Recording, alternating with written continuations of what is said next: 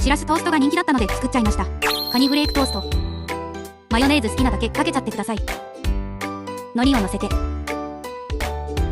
解凍済みのカニフレークをもりもり乗せていく。ごま油で風味付け、チーズを乗せて、トースターに行ってらっしゃい。焦げ目がつくまで焼いていきます。追いごま油、お好みでネギも散らしちゃいます。完成。朝ごはんにぜひお試しください。参考になったら保存して後でチェック。